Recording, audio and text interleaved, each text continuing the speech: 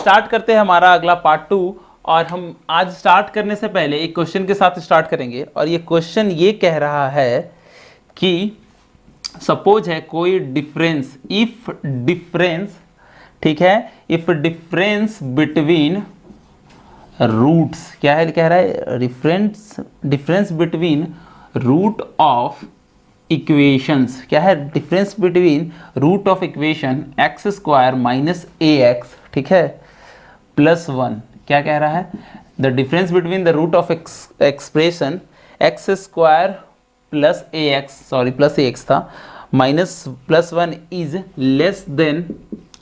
Less than root under 5, ठीक है। ये कह रहा है कि जो दो रूट है इस इक्वेशन का, अब जैसे कि क्वाड्रेटिक इक्वेशन मैंने कल बताया था आपको अगले वाले चैप्टर में, पिछले चैप्टर में, कि अगर जितना डिग्री होगा उतना इसका रूट होगा, तो ये स्क्वायर है तो इसका 2 रूट होगा।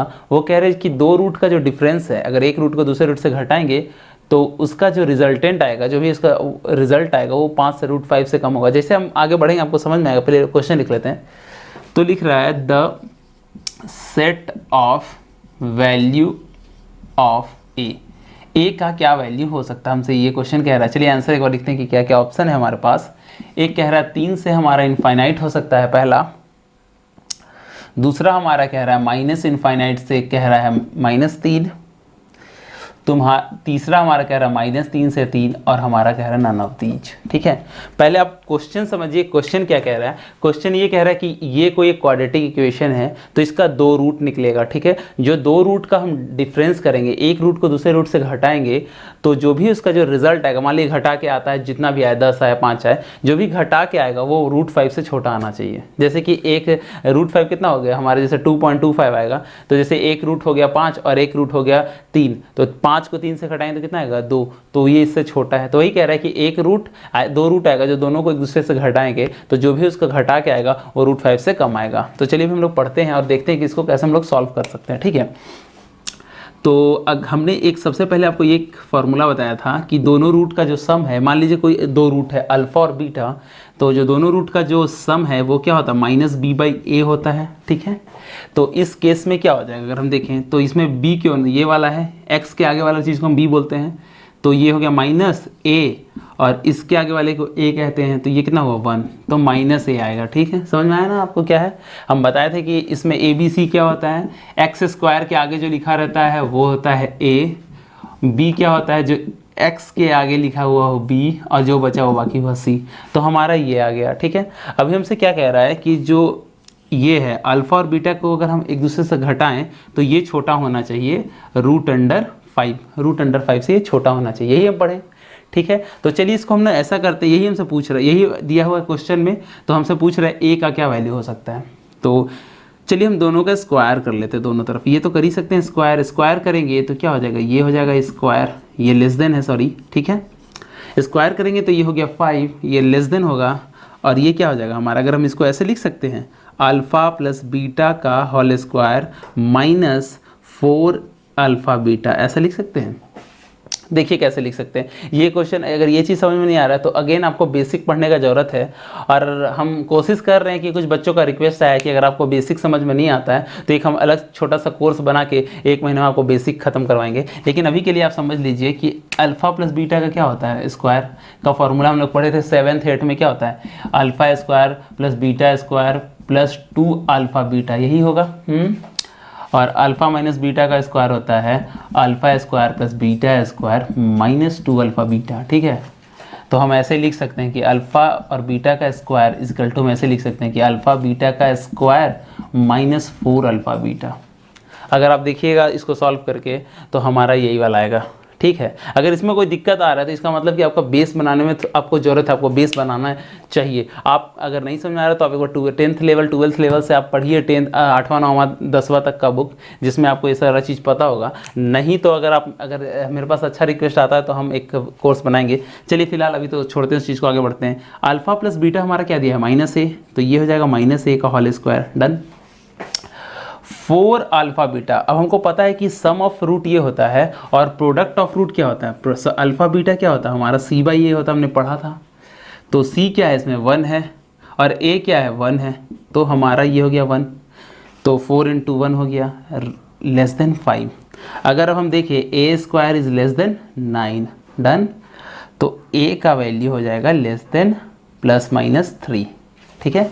तो जो ए का जो वैल्यू होगा वो बिलोंग करेगा -3 से 3 तक, क्योंकि +-3 आया। इस चीज़ को हम बाकी जब इनइक्वालिटी चैप्टर पढ़ाएंगे तो आपको बहुत अच्छे से पढ़ाएंगे कैसे इनइक्वालिटी में किस चीज़ को सॉल्व करते हैं। आप समझिए अभी के केस के लिए कि इसका वैल्यू आया +-3, तो इसका जो आंसर आ जाएगा वो -3 से 3 आएगा।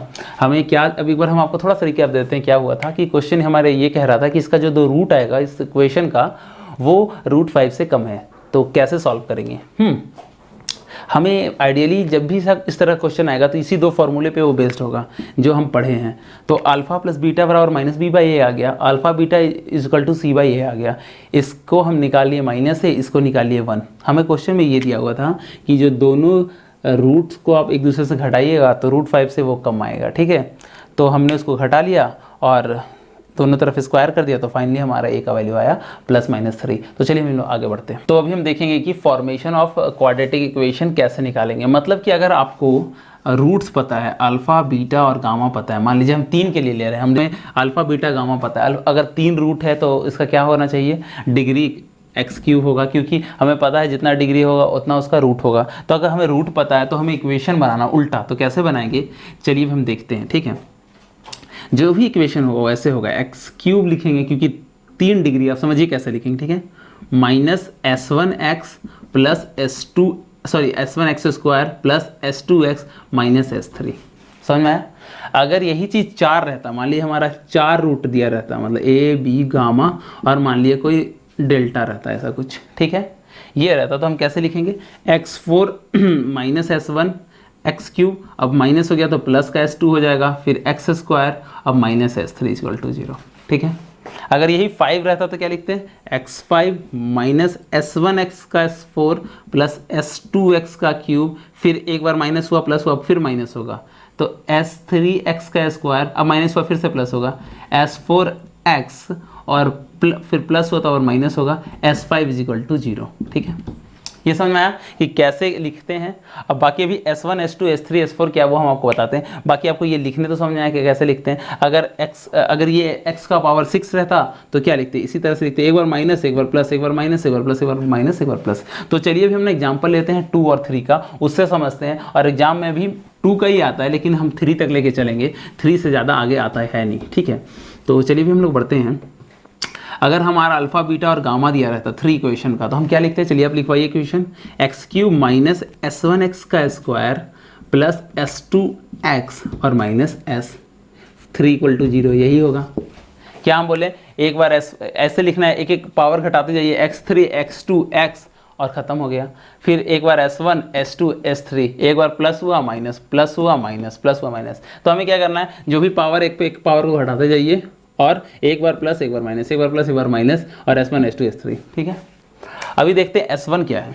s1 कहता है कि सारे जो हमारा रूट है उसको एक एक करके जोड़ो, मतलब क्या, जो अल्फा बीटा गामा, डन।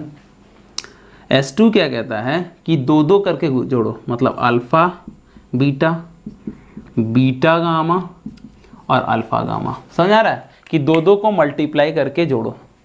अब s3 है, मतलब 3-3 करके जोड़ो, तो तीनों को एक साथ करके जोड़ो। समझ में आया कैसे कह रहा है, कह रहा है कि s1 कह रहा है कि एक एक करके जोड़ो, जो हमारा अल्फा बीटा गामा है उसको एक एक करके हमने जोड़ दिया।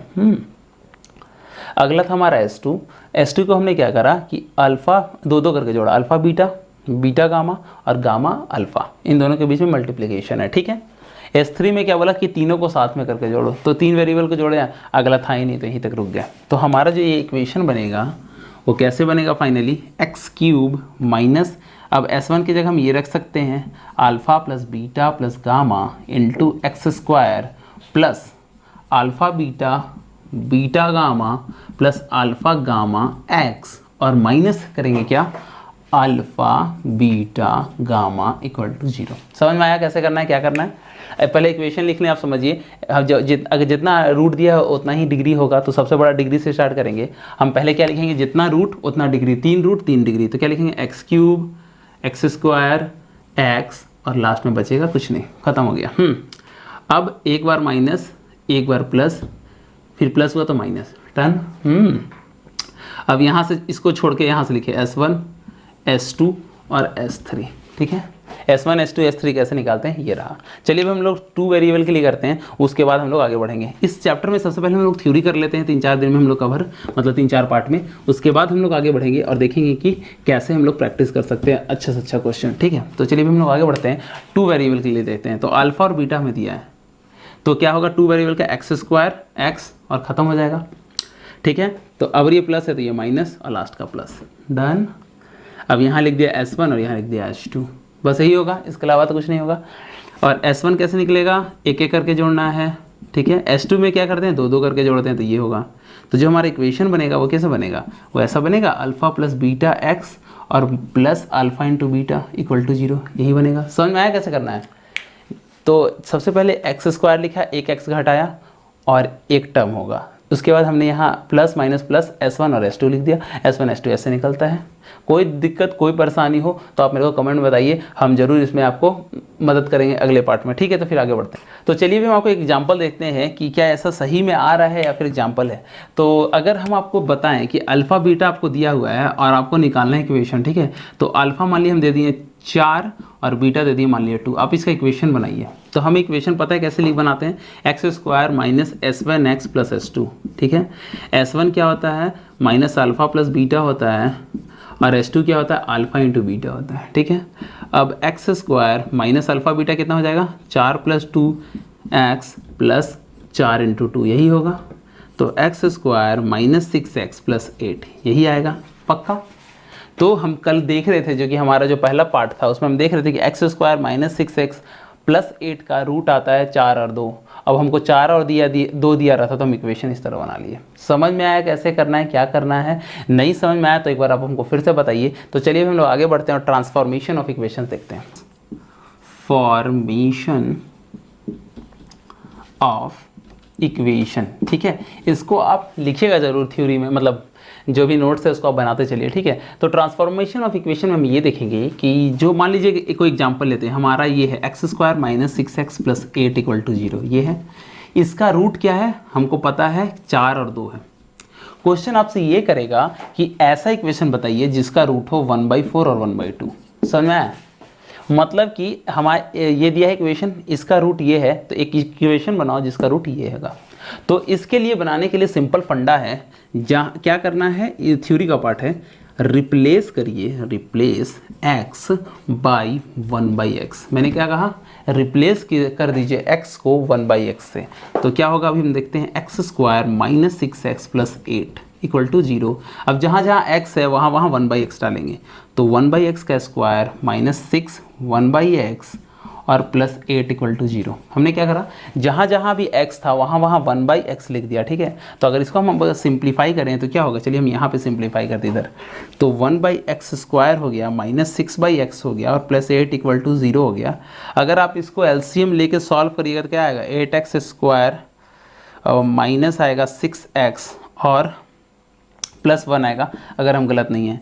तो ये इक्वेशन होगा जिसका रूट होगा 1/4 और 1/2। हमने आपको क्या बताया कैसे करना है, जहाँ जहाँ x रहेगा वहाँ वहाँ 1/x डालिए। तो ये वाला हमारा जो दिया हुआ था हमारा इक्वेशन, तो जहाँ जहाँ x था वहाँ वहाँ हमने 1/x डाल दिया और 1/x डालने के बाद इसको सॉल्व कर दिया, तो हमारा ये वाला आया। अगेन अगर आपको इस एलसीएम लेने में और सॉल्व करने में इशू है तो मतलब आपको बेस बनाना पड़ेगा, ठीक है।